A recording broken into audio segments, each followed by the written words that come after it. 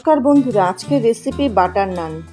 নান বানানোর জন্য প্রথমে নিয়ে নিচ্ছি 1 কাপ দুধ, 1 বাটি টক দই, 2 চামচ চিনি, স্বাদ মতো নুন,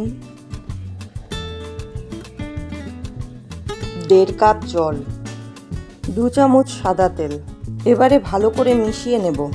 দিয়ে দেব 500 ময়দা, 200 আটা, 1/2 চামচ বেকিং পাউডার, 1/2 চামচ বেকিং সোডা। এবারে আমি ভালো করে মেখে নেব। এবারে 1 চামচ সাদা তেল দিয়ে ভালো করে ঢেকে রেখে দেব 15 মিনিট। আবারও লেচি কেটে ঢেকে রাখবো 10 মিনিট। এবার বেলে নেব। দিয়ে দেব কালো জিরে, ধনে পাতা কুচি। নানের পেছন দিকে একটু জল লাগিয়ে নেব। 1 মিনিট রেখে দেব।